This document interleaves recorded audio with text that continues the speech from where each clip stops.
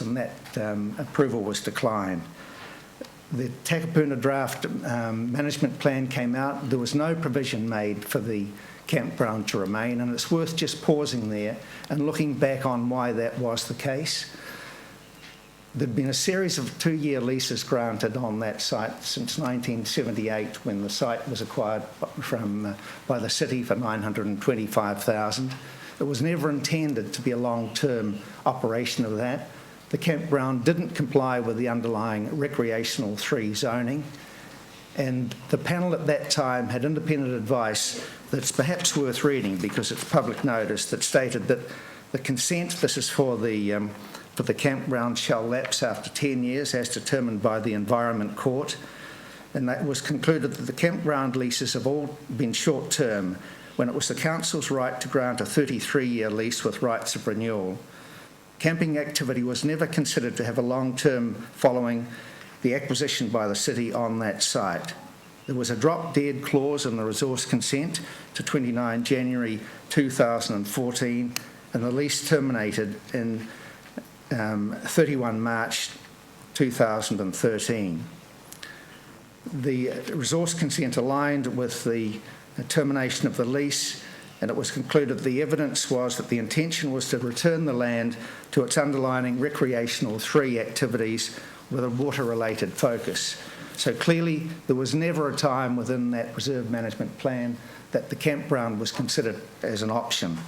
We presented to that hearing with revised plans for the Northern Reserve. Fair to say we were highly criticised for the 2-storey level of that, the inclusion of the headquarters of Yachting New Zealand's facilities within that, and we took a bit of a pounding at that hearing. The Reserve Management Plan was gazetted and became operative in May of 2013. There was no provision made within that for the campground for the obvious reasons. That lease had terminated, the resource consent had expired, they didn't comply with the underlying zoning.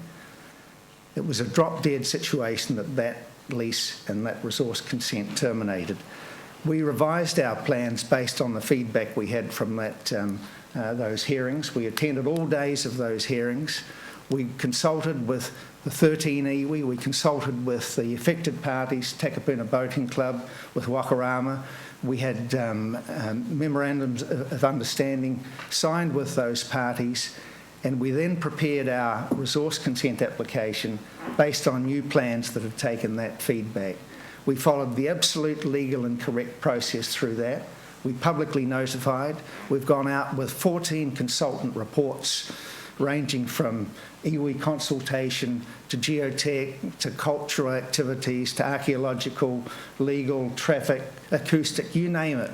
And those of you that took the time to read those reports were within the resource consent that is showing very clearly that this is a suitable site for the what we now call as the Community Marine Activity Hub.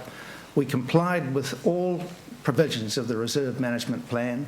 We comply with the underlying zoning, and our expert evidence that we've put together needs to be tested and heard publicly at the resource consent, not at a poll process such as we've seen here, where it was very easy to tick a box based on the submissions that were made.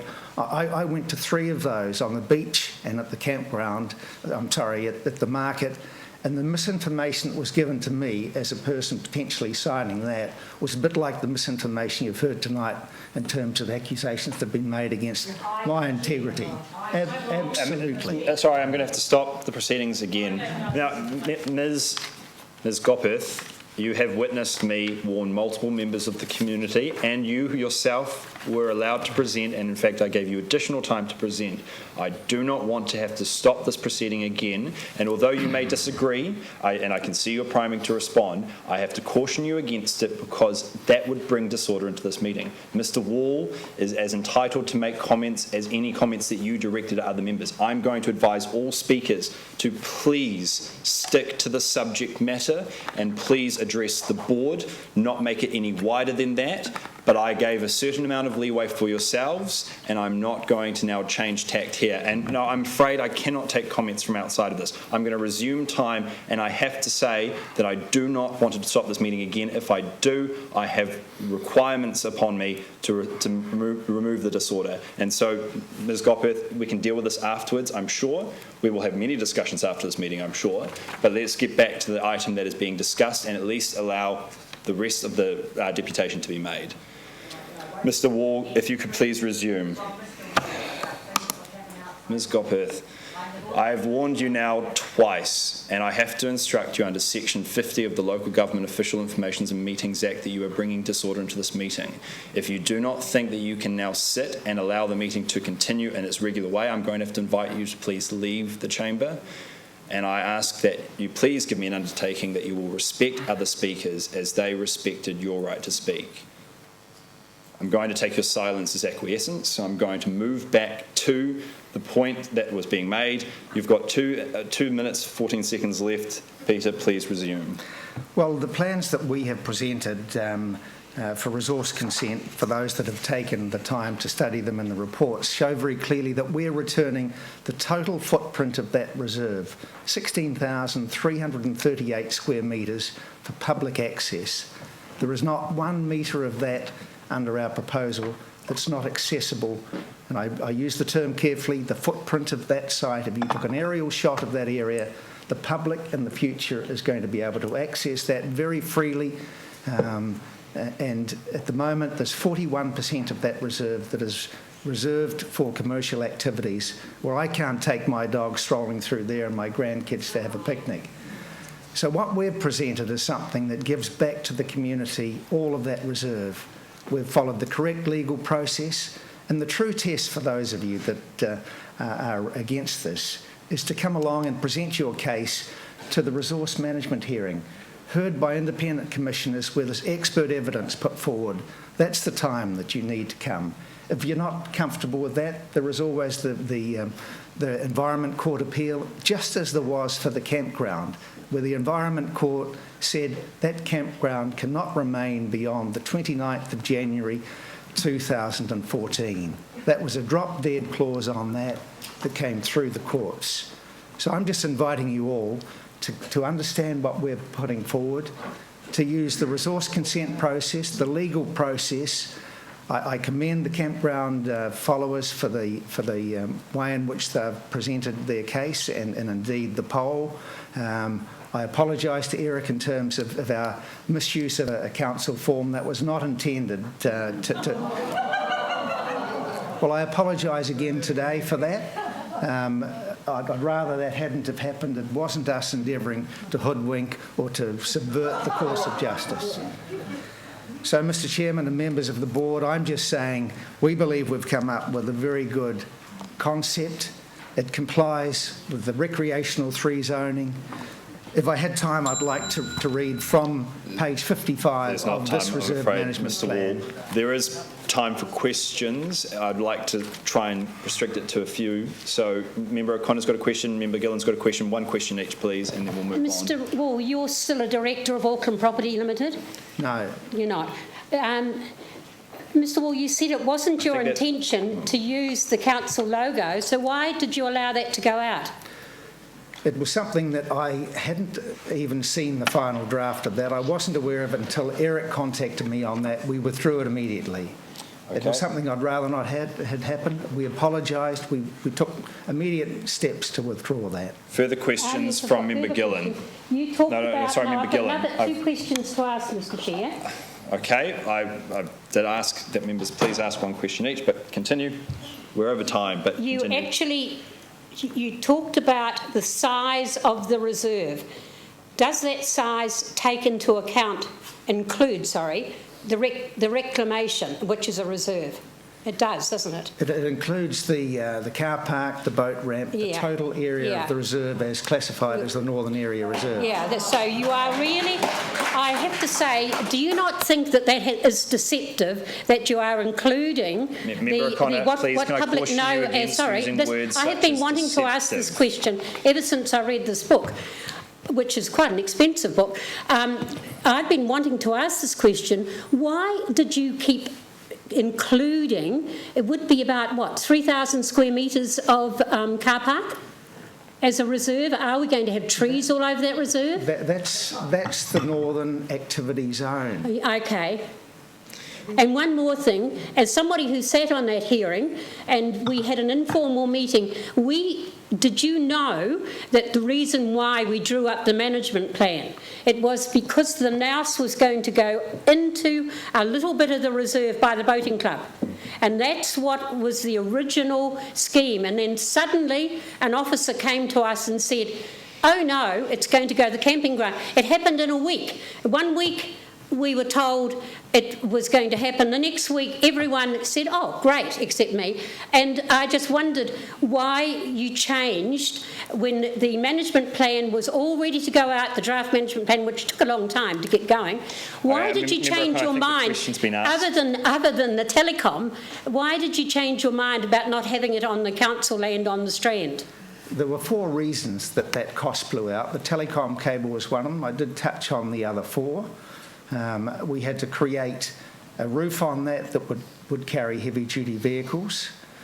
We had to replace car parks that were taken as part of that, and we had to negotiate with the adjoining owner to have a 24/7 access for the Strand. They were the reasons that there was a cost blowout on that. Okay, so further questions from Member Gillen. Thank you, Mr. Wall. So, after distributing this, which I understand was quite widespread, it looks quite expensive to me. Looks like there's been a lot of money, labelled the facts, quite a few pages, diagrams, and that. After that, the only, there's 92% of people don't want the HAT complex, and second preference goes up to about 97%.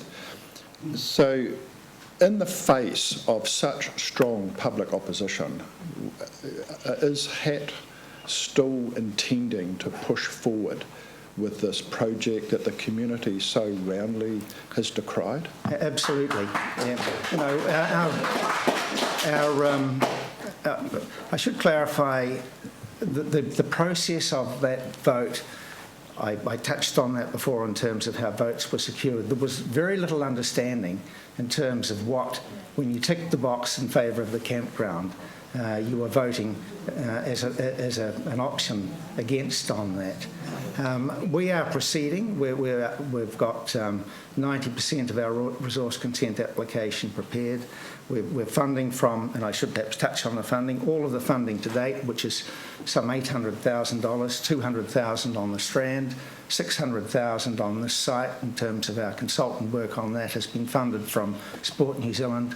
We're funded through to the resource consent, and the intent is that process, which we'd put on hold during this proceedings, our plan is to continue with that, and there'll likely be a hearing in October. In all my years of politics, whenever a politician has said the public don't understand, they've been turfed out at the next election. The public actually really do understand. That's a comment, Member Gillen. Is there a question? No, there's not a question. Why don't you understand? So, members, because we have had a few more questions, I've got a question that I want to ask, but I think we're going well over time. I think I really don't want to, because the questions need to be directed through the chair, comments need to be directed through the chair, and that wasn't a question, it was a comment. So I'm not going to allow any presenter or any member of the public to respond to a comment from a member. Now, I do have Member Cohen who wants to speak. I ask a question. I want to ask a question, but in fact, with the time constraints, the youth representative has also indicated that he would like to ask a question. And members, if you don't mind, we've only got time for probably one more question before we have to move on to the next one. So I would actually prefer to take the question from the youth representative. Do you mind asking your question through another avenue, Member Cohen? Well, no. Good, thank you. No, Ian. No, can I just, Sorry, Mr. yes. Chair? We gave extra time, and I think in all fairness, to both HAT and Yachting New Zealand. Instead of bringing them all together. I think all the board members were reasonable to say, right. So you would let's like more hear from time for both. questions? So I would like Just more ask. time for questions. Okay, fine then, more time for questions. Right, let's go to you first, Ian, because you have been waiting patiently, and then we'll go to you, Member Cohen, Thank you, and then Mr. I'll ask my own Chair. You question. told us just now that you attended a campground facilitated the community consultation processes. Can you please explain what you mean by the misinformation that's been portrayed at these consultation sessions? Yes, when questioned in terms of what the proposal that HAT was presenting was, I had answers like, this is going to be a concrete facility covering the total reserve, it's going to be fenced off, there'll be no public access, there'll be 400 boats uncontrolled covering the total reserve, the public will have no access to this site they currently have. There were 3 instances where I got very similar responses such as that, which were certainly not the facts of the proposal that we had presented. So any further questions from Member Cohen? Yes, I'm just seeking clarification, Peter. In regards to, you put a lot of stress on the resource management process in regards to the application and sort of downplayed the whole aspect of landowner, because they're basically 2 different processes. And I was just asking for your clarification, because obviously the resource application relates to the Resource Management Act and only looks at your application and the effects of your application, whereas the landowner consent looks at a whole range of things as to what the uses on a particular public area is for the community. And so they're 2 different processes, and I was a little bit unsure why you just put so much emphasis on the resource application. And so if I can extrapolate the question, why did you put such an emphasis on? Well,